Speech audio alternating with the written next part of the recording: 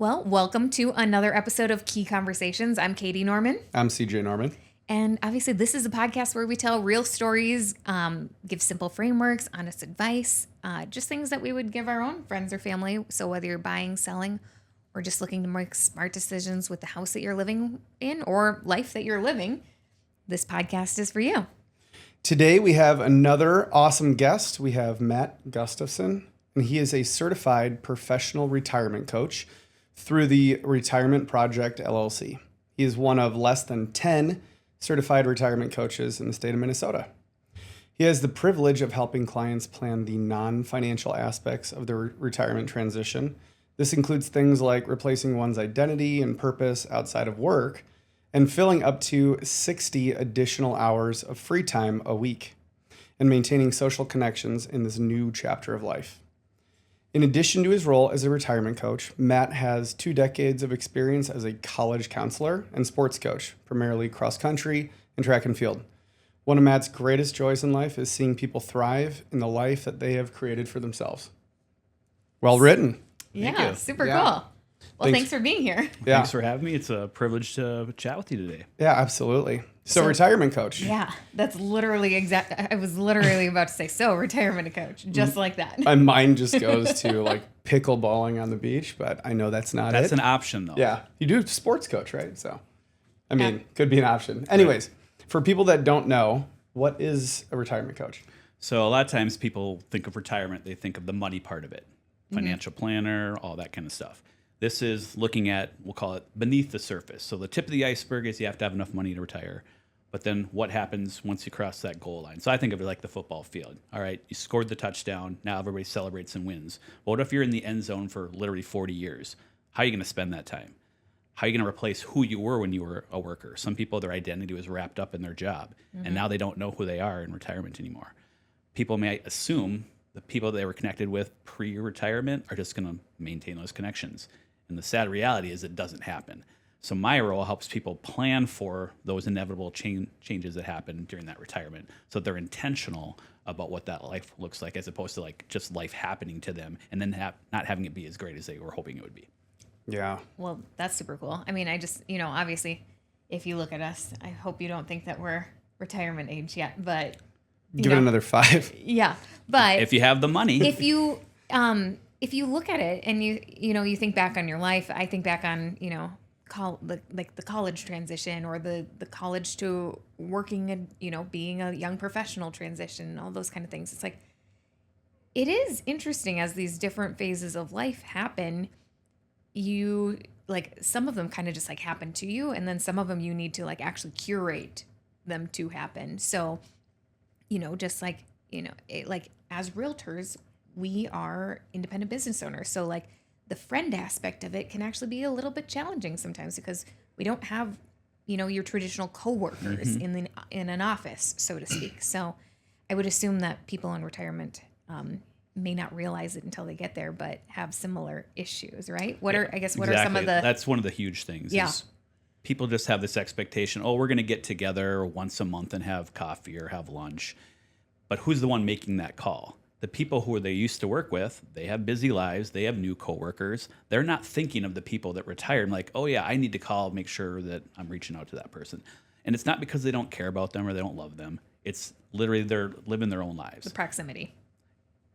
Out of sight, out of mind. Yeah. And so you as the retiree have to be the one that's taking charge of that aspect of who are you going to call? Who are you going to make those kind of dates on the calendar with? Because if you're leaving it up to other people, I can promise you it's not going to happen.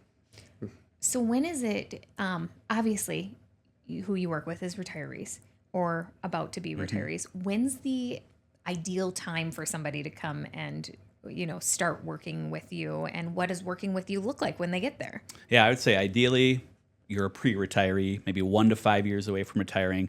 I've heard some people are planning up to 10 years, which it's a long time, but it never hurt. A lot can change in 10 years. A lot can change in 10 years. So you're always kind of readapting and reevaluating your plan. Yep. So those would be the ideal people. The people that might be most apt to use a coach are the people who have retired and are struggling in retirement. It wasn't what they thought it was going to be or what society has kind of pinpointed this is the greatest time in your life. Well, what if it isn't the greatest time in your life? And now that's a struggle for people because of these things that we've talked about. Like they don't have the social connection anymore. They don't have enough things to fill their time, and now they're bored. My brother-in-law, his phrase was like, if you have, in a sense, a fair amount of money to retire, he just call it expensive boredom, basically. And so, yeah, you can do these things, but is it bringing value and fulfillment to your life? So those are the people who might be most apt to take advantage of a coaching service. But could be, again, a wide range, because purpose coaching, really that could be any age. I mean, in my role as a college counselor, I'm helping people on the front end trying to find careers. Now this is just the back end, and you might be retired longer than you worked in some cases if you have kind of an early retiree and you live long and you're healthy. And so how a person works with me, I have a series of exercises that I have access to through my retirement coaching certification, quizzes, surveys, questionnaires. What it really does is gets people thinking about topics that they're probably not thinking about themselves. And that's, I guess, the experience I've had with the people that I have done some coaching with, is they're like, oh yeah, I didn't think about this. Yeah, we do need to talk about this pre-retirement. So part of it, like I've done mostly with couples. Do you, Yeah. sorry to interject, but could you give us like a little, or like everyone a little snapshot? Like, can you do like give us a couple questions of like things that like we should be thinking of if we were going to retire in soon? How much time do you plan to spend with CJ's family in retirement? Like your parents or siblings? Yeah. How much time are you planning to spend with them? Like 90%. Just kidding. Okay. CJ's family, I love you guys dearly, but we're probably not spending 90%. I'm not spending 90% of my time with you. But if you're expecting 90% and you're expecting 20%, and you haven't talked about that pre-retirement, you could see where there's some tension that might exist. It's like, wait, I thought we were going to, I thought this. Talking about those things ahead of time, it's almost like pre-marriage counseling in some respects. Are we going to travel to see our kids constantly, like once a month, once a year, once a quarter? So like, okay, 50-50, right? That's what we'd probably say and shoot for. Well, 50-50 on the time that we spend with parents in general, but how much of that is our life, you know? Oh, okay. I thought you meant between the families. No, that makes sense. So that is something really to think about. It's a topic that has to be discussed before. It's a good example of like not having it together. And it's like, I suppose people probably have this preconception that it's going to be kind of like it was. Correct. But someone might have this, you know, like maybe CJ has this preconceived notion that once I'm retired, we're going to spend all the time with my family. It's like, oh, that could be, you know, that could be news to me that I didn't realize that. Or Katy might have this preconceived notion that we're going to travel Europe, and just never stop.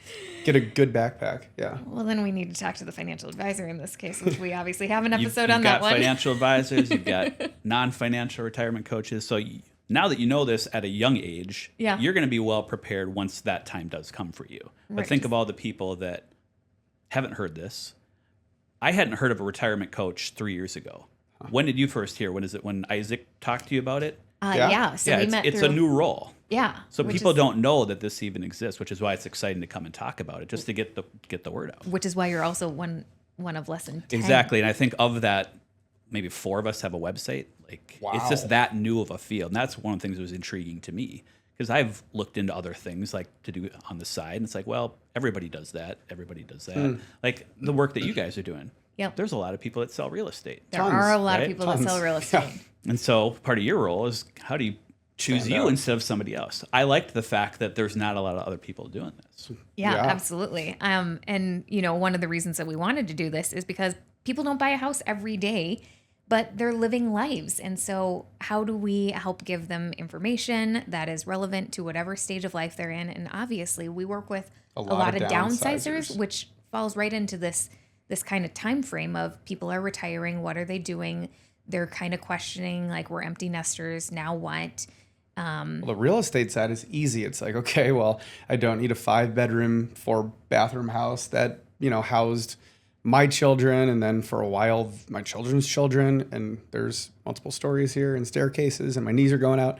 And I just need this one level living. It's like, that's easy. Just give us a call and we'll figure it out for you. But right. But there might be bigger considerations in that. Like, okay, well, my kids just moved out, but are they coming back ever? Like, what happens after college? Like, I'm sure. Are you hosting all the family gatherings for life? Yep. Or are they going to the other side, in-laws? And I suppose some of these questions are things that you probably try to help them figure out. Exactly. You're talking through all the different elements of this. So like Yep. the worksheets that I have access to, really that's just kind of a starting point for questionnaires, but every potential retiree is going to have their own considerations and concerns about what retirement might look like. And then part of my role is to help them talk through that. I think one of the kind of the pre-questions that you had sent, like the overlap between the type of work that you do. And so one of the things that I see, I think this was also mentioned on your session with Isaac, is that idea of like emotional management. So can people do all this on their own? Yes, people have been retiring and figuring it out for years and years and years because this coaching role didn't even exist. But how many people have struggled with that transition? And now that they know that there's help with that transition, could they have a much better retirement? That's the goal. Yeah. Similar with the type of work that you do is, in theory, people could work with a lawyer and sell a house, but they don't know all the ins and outs. They don't know the questions they ask. They don't know what they don't know. You help them walk through that process. You help them de-stress, and the anxiety is less because they know they have a trusted professional that they're working with to walk through this alongside them. Absolutely. That's the similar role that I would play from the non-financial side of things, that a financial planner would from the financial side of things, is you've got people that you can trust along the way, and that's invaluable. Yeah. I do have a question. Just curious, do you see any like really common themes show up when people reach out to you and you start a conversation? So I'll just full transparency, I'm on the new end of this, so I haven't had a lot of people reaching out yet. But through my training and research, I hear all these kinds of stories and things like that. So I guess, And you shouldn't cut yourself down and like being new, because like, you're really not new in the coaching and counseling Correct. space. So you've got a lot of experience. and that's partly why I thought this would be a good fit for me, because of the background that I have. I've been a coach since I was 15 in some capacity, been a counselor a long time, ask good questions, get to the heart of the matter on things, encouraging, supportive, all these things that I bring as a coach, I can bring to this role as well. But as far as like what people are maybe concerned about with this transition, like originally I would have thought it would have been like the filling the time piece. That's always the thing that intrigued me. Like even when I was a young person, I'm like, oh, I can't wait to retire and do whatever I want. I've been saying that since I was 20 years old. And Same. so now, I'm closing in on 50, and my retirement isn't super far away, so it's kind of fun to think about what that might look like. But I had a lot of hobbies and activities that I'm like, I could do these things in retirement. I always said I would coach track if I was retired. Like I will find things to do. When I have conversations with people, maybe it's not even about specifically like my role, but maybe I just ask people pre-getting certified, like, what are you going to do when you retire? And I'll hear people say, I have no idea what I'm going to do. So that's a big concern. The one that people aren't bringing up but should be is that social connection piece. Some of the stats that are out there, basically like loneliness is worse for people's health than like smoking and sitting. Like a pack a day. I just read that too. It's wild to think about. And I think that like social media and everything going on in our, like in the world today is making it harder and harder to build like real, authentic, in-person connections, not to mention, I think the stress that it puts on people. I mean, I'm talking from my own experience too, that between work and in just life, like I feel like I'm a little tapped socially just in general, but like I'm missing the like actual like real authentic connections as much as I want to, and that means that I'm not being a good friend or like, and so like I could take some of this advice of like, you got to put it on yourself to like be the one to reach out. You can't always expect it to come to you, sort of stuff. Yeah, that intentionality, once you're confronted with it, now you can't ignore that. Now it's a choice. It's like, well, this is my own doing. Right. But before that, people, again, everyone's just living their own lives and they get busy. And so that's a huge one. And then probably the other one would be that identity piece. My one sister retired recently, and she's enjoying the travel kind of season and phase right now. But she's like, I also need to find purpose outside of just having fun. And so that idea of like, what are you doing and spending time that has maybe a greater value than just meeting kind of a personal need? So whether it's serving your community, serving your family, whatever that might look like, kind of a bigger cause. What are some of those ways that like people find purpose? Because I think purpose, when you say like a bigger cause, obviously the social connection piece is huge, but there's also this purpose that like work can give you. And I think that one of the things that people need to feel is like, if you're not growing, you're dying. Just like a plant, like if it's not growing, it's dying. So So people need to continuously feel like they're growing. And how do you do that? And how do you continue to feel fulfilled in this phase of life? That's a great question. I think part of it might be trial and error for people. It's like figuring out, all right, I have this time now. What are all these things that I've maybe thought about in life that are important to me? And is there a way that I can now spend more time with that?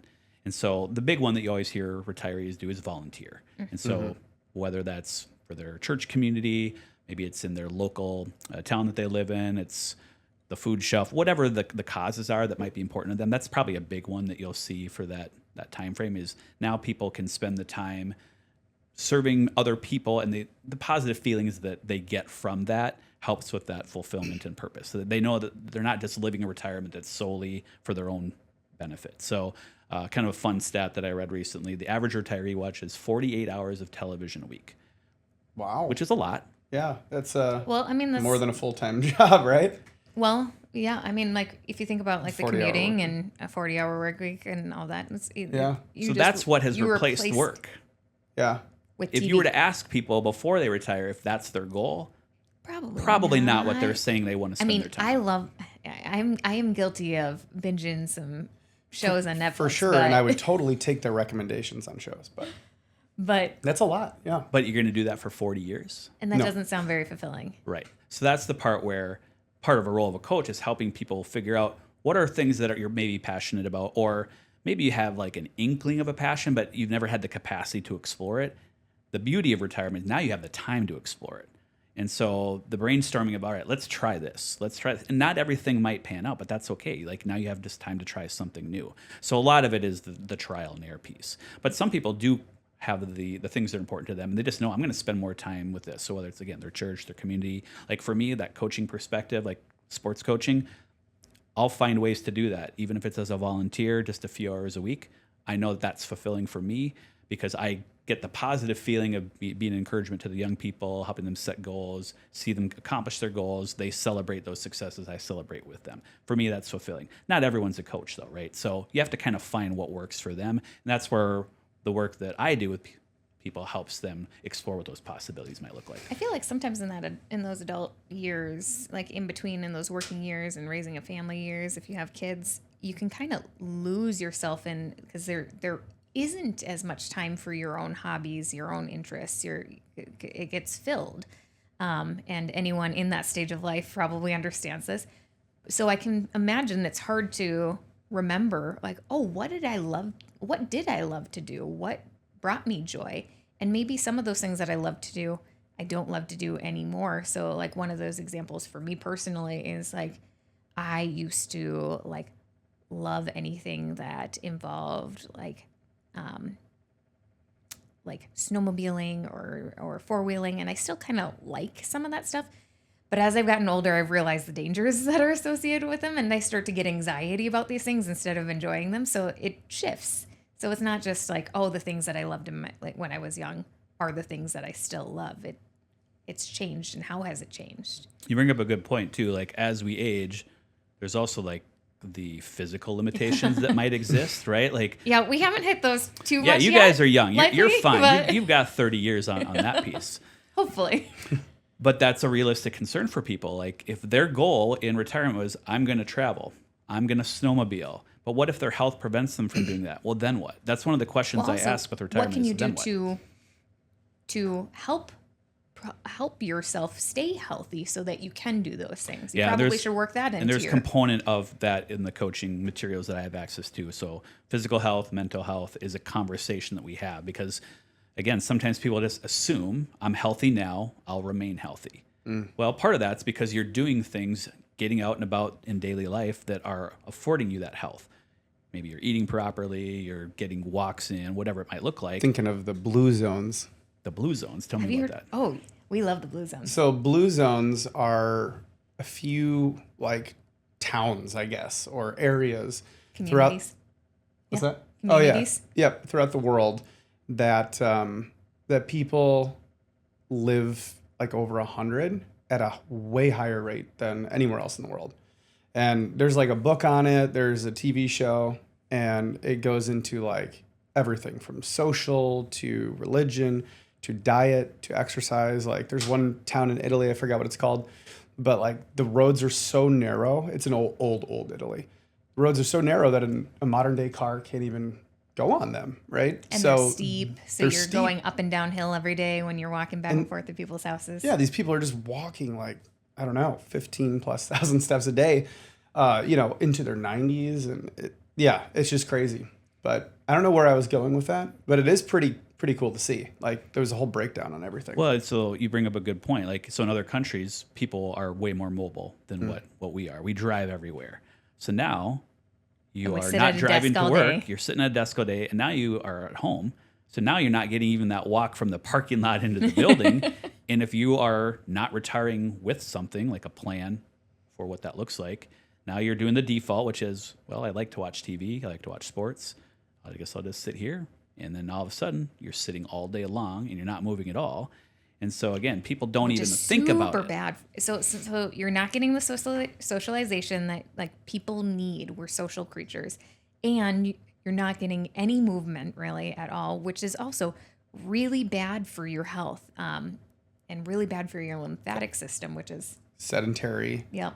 And loneliness together is not gonna be a good. So think of how that now affects people's emotional and mental health. Yeah. Yeah. It goes down the tubes pretty quickly. And then I'm sure it can seem like this kind of rut. Like, how do I get out of it? Like, where do I even begin? And it's almost like a depression that you need almost, maybe, I'm sure some people do see a therapist or a psychiatrist for issues like this, but they could also work with someone that can help them create a plan. And, I'm all for therapy. And I think that it's great and highly, highly recommend it. But I also like solutions. Right.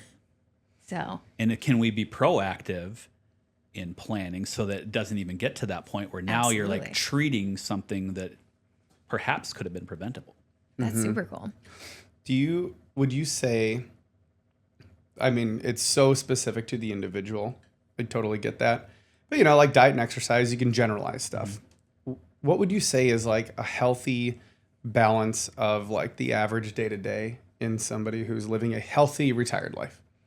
So yeah, if we're looking like the overall picture of health, you're not probably eating late into the night, which is easy to do if you're watching TV. Just put the popcorn, the chips, all that kind of stuff. So yeah, you're eating at the appropriate times of the day. You're not like continuously grazing and snacking. I think that's one thing. It just popped into my head. Like when you're at work, you're working. You're probably not snacking all day at work unless you have a kind of a unique work environment. I worked at one of those unique work environments where you can just literally go to the little snack station and like scoop up some snacks and bring it back to your desk. So then now imagine you're at home and you're 3 steps away from all your food and you're like, well, I'm bored. People eat because they're bored in many cases. I do. Absolutely. I've done it. I love to eat. Do it like every Sunday or something. Yeah. So like Sundays for me, are I would almost have work to day. be intentional about what am I like limiting for food. So I guess that there'd be that conversation of like, if this is a concern for you, how do you discipline yourself to not just fall into this kind of pattern of just eating all day long because you have access to it. So there's that piece of it. The getting outside, now we live in a cold place, right? So that's why they need to work with you, find a summer home somewhere, and then summer home here and winter somewhere else. And so, and we can help them, we can help them find somebody to help them get their home wherever like else that's it is. a legitimate Arizona, thing Florida. that we in Minnesota have to be concerned with, because what is the default? Well, when it's 0 degrees out, we don't want to go outside. Yeah. And if you don't have like a exercise machine at your house and you don't have a gym membership, or you're not like super motivated to get one, or maybe you have one and you don't have any accountability to go with someone to the gym, you're like, Right. This is where that social aspect could come in handy really well. huge. It's like finding somebody to go walk around the track at the local when it's community left to centers. your own devices, you're always going to default to the easiest thing, which is sitting on the couch. And so, yeah, if I'm kind of coaching people around this, it's find people to work out with, find a sensible eating plan, get outside. I mean, the 10,000 steps is always kind of the recommendation. I've seen a wide range, like 7 to 15. Like everyone's going to be a little bit different on that, but movement in some variety. Strength training is super important as we get older. People young people, we just kind of take for granted, hey, we're in good shape. Maybe we played sports growing up. Our body, if we're not continuing to push that, is going to get weaker and weaker and weaker and weaker. Yep, So we lose have bone to keep density fighting and- that. yep. And so those are things that the beauty is, like with people that are like 65, I believe, is the health memberships. You can get sometimes with silver sneakers. It's like a free membership, things like that. So definitely would be encouraging people to take advantage of those resources, and especially like the older retirees, like discounts on different things. Yeah. Do you have resources like that of like some things that you So know? I can, the beauty of my role and like going back to like what I've done as a counselor, big part of what I've done my whole life is help connect people to resources. So if I don't like specifically know one off the top of my head, my commitment to the people I work with is I'm going to help you find what you need based on what your unique situation is. Mm-hmm. That's super cool. What kind of a commitment is someone making when they work with you? That's a great question. So I've recently kind of updated my potential packages that people could purchase. I'll say cognizant of the fact that people have different kind of income levels. And as we've talked about, this is a new field. So that's very cool in many respects. But the downside of that is people don't know about it. And then they might hear about it. And they're like, oh, that sounds great. And they're like, well, I haven't budgeted for this. No one never told me I needed to pay for this. Yep. And so that's a potential concern. There's always more to pay for, though. Well, exactly. So like they work with you, they know that as part of that, you're getting your commission off of the work that they do. They work with a financial planner. They know at some point that person's getting some kind of thing. So my role is more like an hourly type of a thing, or they buy a package. So I've created an opportunity where I have like 5 different packages. So if all you in theory can afford is like a 1-session package, I'm going to give you like the best 4 or 5 exercises as a part of that process. And then if you decide you want to do more later, I'll give you discounts on, future kind of plans and packages. But like we'll call it the best value is the 5-session package, where you're going to go through probably about 15, 16 different exercises in addition to like the questions that you have, the concerns you have that we're going to address through those conversations. And then with me, again, that commitment to, I'm going to help you figure out what you are scared about with this transition. If you're not sure of a resource, I'll try to find what I can. I have access to, this network of retirement coaches across actually the world. And so I have those people that I can reach out to. Hey, I've got a client that needs help with this. What support might you recommend? So I have access to things that if people are just doing all this on their own, they're probably not going to be able to find things as quickly. So that's another advantage of working with a coach. Yeah. So you also said out of like the 10 people, like only 4 have a website. You do have a website, Yep. which is cool. Is that how people are finding you? Is it potentially like AI when people are saying, hey, I need to, thank you, have a retirement coach because I've heard about this and I'm going to look it up? Or is it pretty much word of mouth? Right now it's word of mouth. Okay. And so part of what I've been doing over the last few months is connecting with people like yourselves to say, this is a thing that's out here now that you didn't know about before. And so it's just kind of that marketing piece of letting people know that it exists. And then at some point, you're working with people and they're like, hey, I had a valuable experience. So I think of the people that I kind of did my original coaching with. I have business cards now. I gave them cards that said, all right, share these with the people in your life. And so it's kind of that slow trickle of getting the word out through the people that have found that it's a valuable experience. So whether it's because they've gone through it or they've heard about it and they're like, well, that seems pretty cool. Yeah. Are there any clients that stand out? Obviously don't say names or anything, but are there any like stories that are just impactful, like the before, during maybe, and or after? Yeah, that's a great question. So the one that pops to mind is around the idea of, we call it the curious list. That's one of the exercises. The curious list. Okay. So how I think of it in my head is, think of it as like a pre-bucket list. So you're thinking about things that intrigue you. And so let's say this is a pre-retiree. So you're encouraging them to think about, well, what are the things that if you had time, what might you want to learn about? Doesn't mean you're going to do it, but you want to explore it and look into it. And so now you've got this list that you have decided, well, that sounds kind of cool. And now you put it on your fridge or wherever you're going to see it regularly. And now maybe you got a free weekend. You're like, all right, what am I going to do this weekend? Well, that's right. I had this list that I could look to. Now, this is the list that they're like building then for once you are retired. Now you have those 60 hours extra a week. You're like, all right, I have a list. It's my fault if I'm bored. So I have these things that I said that I wanted to look into. So the story that kind of is resonating with me is the couple that I worked with who really like embraced this curious list. They kind of have it almost like an inside joke between them now. So like they'll be driving somewhere and some thought will pop into one of their heads about that activity. And they're like, oh, put it on the curious list.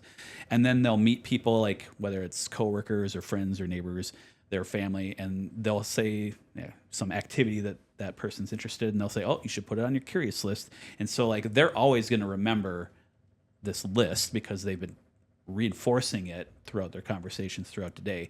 They will not be bored in retirement because they are pre-planning what those potential activities might be. So that's one that really stands out to me. Well, I'm sure that's kind of cool as a couple too, to have a curious list, because it's like, obviously, like, we are different people and we are curious and interested in different things. But which I find really interesting, because when we met, we seemed very, very alike. But when we actually dug deeper, we discovered that we like different things. Like, I love to puzzle. CJ is not a puzzle guy at all. There are a lot of things we do like the same too. There are a lot of things that we do like. Like, we actually enjoy like playing video games and things like that. So, but I'm sure then you can see like a Venn diagram of your curious list with your partner, and then there are things that you can do together, which keeps it like fun and exciting and alive, which is a problem that a lot of people have in retirement in general, or even just when, like, even pre-retirement, when their kids leave the house. Like, oh, we were so involved in like raising our kids. Like, now what do we have in common? Yeah, their identity was being a parent. Yeah. And now that identity is gone. It's like, who am I now without that 20 plus years of the routine of being a parent? And it's very understandable that would take up so much of your life. But that's kind of cool. So really, you should have a curious list. You should have a curious list that's unique to you, and then you have a joint curious list. Nice. And so I think that's the big thing I see with retirement, especially with couples, is you both need to be okay with each other's retirement. So I'll highlight my in-laws. Mother-in-law, kind of like super active. 5 volunteer gigs the first year of retirement. My father-in-law, big sports fan, was excited to like have more time to watch the games. Those are 2 different retirements, but they were okay with each other's retirement. It wasn't a source of tension or conflict or anything like that. But if 2 couples are like that, and they're, again, the expectation is, well, you're going to volunteer with me. Well, no, I'm not. You're going to watch TV with me. Well, no, I'm not. So being okay that you have different retirements is like the most important thing, I think, as a couple. Right. And then getting on the same page so that that expectation is communicated too. Yeah. And I would assume that they have some of that overlap where they do stuff together too. And now my father-in-law does do some volunteering with the mother-in-law, but he enjoys it, and it's something that he wants to do. Which, here's where I could see conflict is, all right, you're coming with me. Well, what if you hate that volunteer opportunity? Is that what you signed up for in retirement, is to do things you don't want to do? No. Like, that's absolutely that's not. Why people are excited about not work. working, Right. That's why they don't want to work anymore. The whole point of retirement is to be able to utilize your time how you want Exactly. And that's like, for me, how I've phrased it for my own life is, I don't want to have anything in retirement that I'm like not looking forward to. Like, everything that's on my calendar, I'm like, I'm excited to do this. And that's how I'm going to try to coach people. Now, obviously, things come up that you have to deal with, like, it's the nature of life, right? Sure. But like, if you're pre-planning in an ideal scenario, what does that look like? I like it. I think it's really cool. The other thing I would say around the examples would be the word intentionality.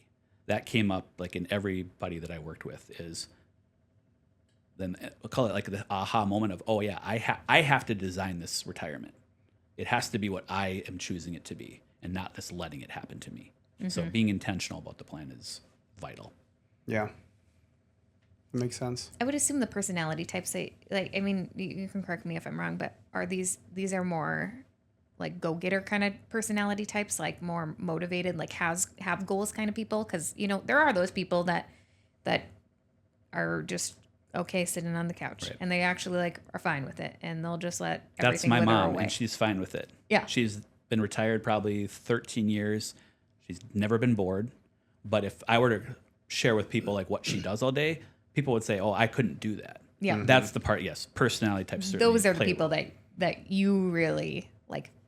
Those are the people that you really work with and you work well with, I would assume. Yeah. So the people that are more apt to, say, maybe even hire a coach are the ones that are like, I don't want to be bored in retirement. I do want to have a meaning, a purpose, a fulfillment in this next phase and season of my life. For some people, and I guess stereotypically, people that maybe had like the white collar kinds of jobs might struggle with retirement more because maybe they had less time in their working years to invest in hobbies.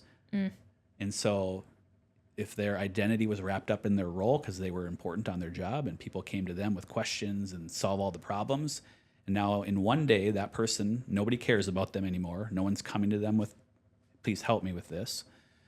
They don't have the social connection, which they maybe didn't even think they needed, but it was there. They had it. Always there. And then again, now you don't have a replacement for that time.